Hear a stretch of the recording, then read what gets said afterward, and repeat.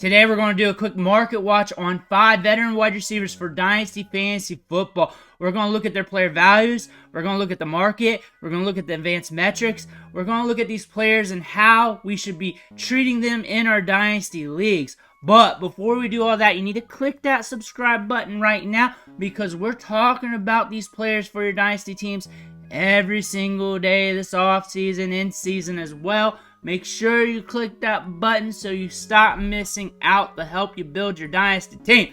We're starting off with Trayon Burks. And the thing about Trayon Burks is things are not going good. Things are not going good. And this might be like strategies for other things, but Trayon Burks, wide receiver 80 right now, 181 overall. The market's taking a dump on him. They signed Boyd. Things are not looking good here with the Titans.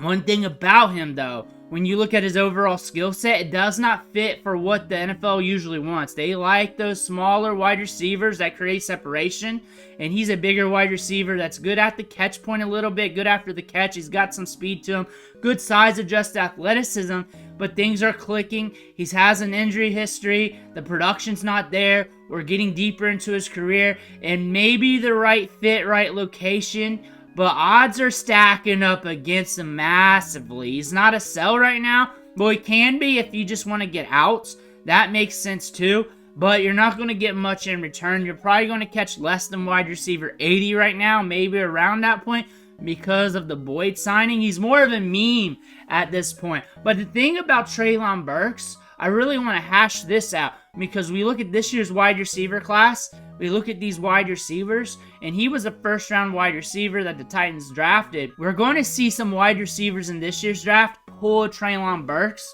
We're going to see some wide receivers pull Quinton Johnson, and some of them are predictable and some of them are not. I've played this game for a long time, and that just happens, and it's just part of the game, and we're playing with odds, not for sure things. The odds for Trayon Burks, it's not so good.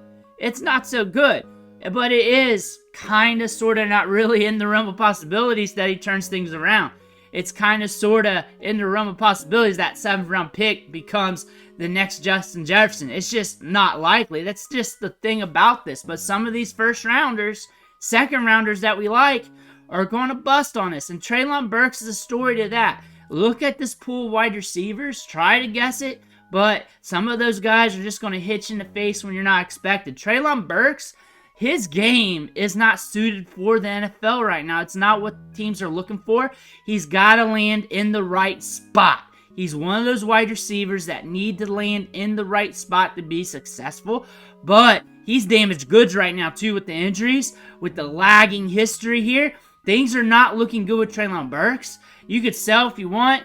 He's getting so cheap that maybe as a flyer, I would like him in the 200-plus range. Maybe 250 range, 220 range. I don't know. There's going to be a spot where it's okay. But the rookies that I'm taking flyers on have to be off the board. My flyers have to be off the board. Right now, he's a flyer, but the odds are severely stacked against him. Michael Wilson comes in the picture here, and the reason why we're talking about him is because Marvin Harrison Jr. is now on the team. The stock is up a little bit when it comes to ADP, but we're going to watch the market on him. Maybe he's a guy that you can catch on the cheap. The thing about him, he had a weird rookie season. He was on the field a lot. He was running routes a lot. The target share wasn't great. The air yards wasn't great. He was getting a lot of short targets. Also, the quarterbacks were in and out. But for a rookie, he was on the field a lot. He was getting some opportunities. So he wasn't straight ghosted as a rookie. Marvin Harrison Jr. on the field might help him out a little bit because he might see better competition when it comes to the cornerbacks. Might see some softer coverage. Maybe. But Marvin Harrison Jr. on the flip side should be seeing a 25 to 30% target share. And if he's not, a lot of people are going to be pissed off if he's not getting a 25 to 30% target share. So the market's projecting that. That being said, we should catch Michael Wilson on cheap. Don't forget about Dortch. Never forget about him because he is productive for some reason. He's a very good wide receiver, though. I like Dortch. But we're talking about Michael Wilson here. Wide receiver 61 prior to the draft. Let's see where that ADP is going to be at going forward. But on the trade market, I imagine he's around there, but cheaper. I imagine he's very liquid. If you like him last year and you couldn't get him, now's a good chance to get him on the cheap. He could be a wide receiver 2 in this offense. I just don't see this team booing out 2 very productive wide receivers, especially when they're trying to get right on the run game with Trey Benson, and they got Marvin Harrison Jr. there, who's going to soak up a lot of targets. You've got a tight end there who's soaking up a lot of targets. I think Michael Wilson, if he does become the wide receiver 2 on the team, he's going to be highly volatile. Do you want volatility or do you want stability? Do you want that on the back end of your roster? How do you want to play the game? Because I do like volatile wide receivers, but I don't know if the volume in the offense is going to be enough to get you excited from week to week. But there is going to be some volatility here if he climbs the depth chart and gets behind Marvin Harrison Jr. Quinton Johnson, wide receiver 53 right now in ADP, being drafted at 119. There's a little bit of hopium here still left for him. There's still some people that like him. The thing about him is he had a bad rookie season, but we did have some games with double-digit production, but there were injuries allowing him to be on the field more, allowing him to get more opportunities. But the thing about this, before the back end of the season, his ADOT was a lot lower than 12.9. It was around like the 9 range. We were talking that up a lot in season. So him getting a deeper ADOT could allow him to be a splash option. They added Ladd McConkey in the draft. I do not see the volume being tremendous enough to buoy 2 wide receivers. So if Ladd McConkey hits, the odds that Quinton Johnson hits, even if he reemerges or becomes okay enough to be on the field to get targets, I don't know if that'll be enough for you to be fantasy relevant. I just don't know if that's going to happen. The numbers weren't good, the drops weren't good, but it was a rookie season. We do have some stats we can lean on here, and I'm talking about the ADOT that increased in the back half of the season. We're talking about the target share that increased in the back of the season, but context-wise, injuries kind of played a factor with that. We were productive a little bit in the back half of the season, but not enough to make him a wide receiver 2 any of those weeks. That being said, when I look at this offense, when I look at Harbaugh and what we've seen out of Harbaugh, I think he's got his guy with Ladd McConkey. I think Ladd McConkey, once he's up to speed with the team, I think he's going to soak up the targets. I think he's going to get the opportunities. I think Quinton Johnson, if he can stay on the field, if he can get the targets and snaps, he's going to be the deep ball guy. You need him on the outside playing the boundary. You need him doing that. You need him to be there for the 50-50 balls. I look for him being a volatile option. I think he can turn things around, but him turning things around may not be good enough for fantasy anyways, but he could be a splash guy at the end of your bench. And if he's a splash guy at the end of your bench, I don't want to pay too much for him. Wide receiver 53 sounds all right in a vacuum. You look at 119, though, that sounds a little too high considering what else would be on the board. I would like him a little cheaper, and I imagine he's going to get a little bit cheaper because that's prior to the draft. 150 range is what I want to trade for, maybe. Maybe if you got the hopium. If I got shares, I might be holding on because what am I going to get back in return? Or you just sell just to get liquidity for next year, possibly to make an in-season trade. Maybe that's your avenue. But the ADOT should increase and a better increase for him to be successful. And if it doesn't, you're done. You're done because they're not going to be using him correctly. He's not going to get a second chance because the league's just going to keep bringing in wide receivers at a cheaper cost in the draft. Quinton Johnson has to get right this year or things are going to get sour very quick. New coaching regime, more wide receivers coming in. Wide receivers can get caught cheap in the draft. That being said, Quinton Johnson has to turn things around very soon.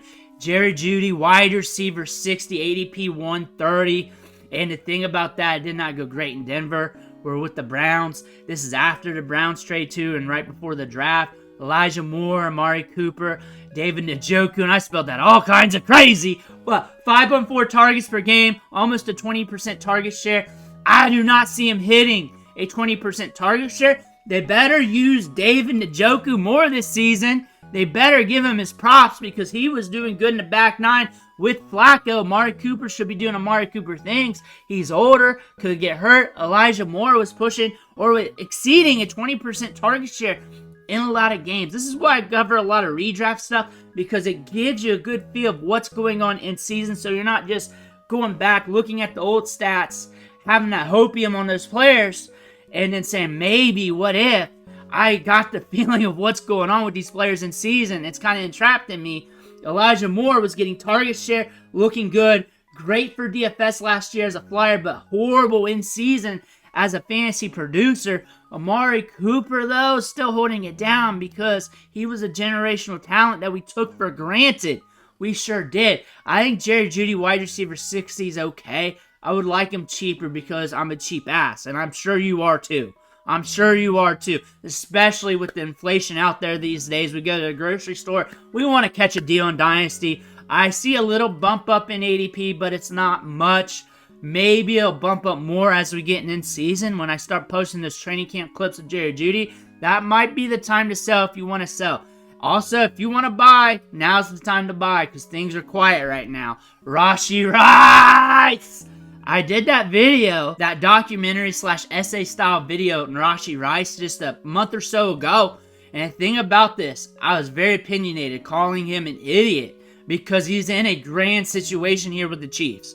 All he has to do is run 9-yard routes, 4.8-yard routes, according to his ADOT, and get targeted. Make sure to bring in those catches from one of the best quarterbacks to ever to play the game. Do that for years, and maybe get in the Hall of Fame even. Get some Super Bowl rings. Just an easy spot for a wide receiver to hit. And this guy was doing good as a rookie. We're seeing him on the back nine of the season, getting you 3 wide receiver in 1 week, some wide receiver 2 weeks, being productive, starting to hit. Then he jacks it all up in the off season.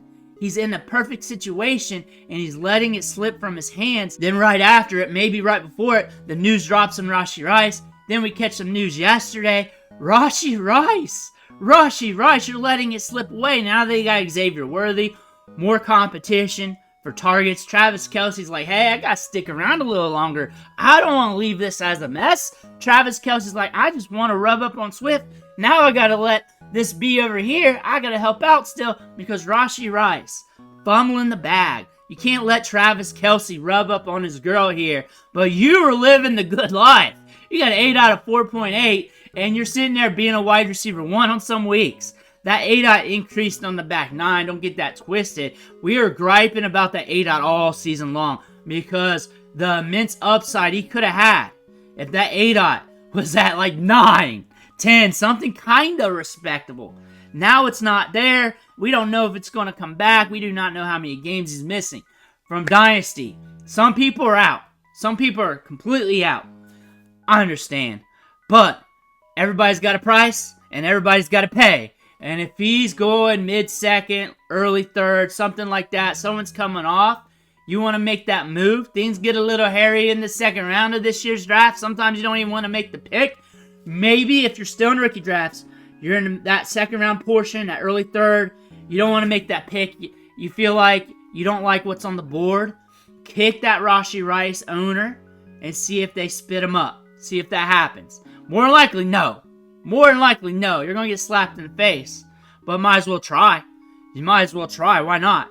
Why not? What, you scared of getting told no? You're scared of getting told no about a trade offer when this guy is over here screwing up left and right in the offseason. And you're saying, hey, I'll take this bag off your hands. That's all that's about. Let me know what you think about these wide receivers in the comments below. Make sure to hit that subscribe button on the way out. I want to thank you for watching. Catch you on the next video.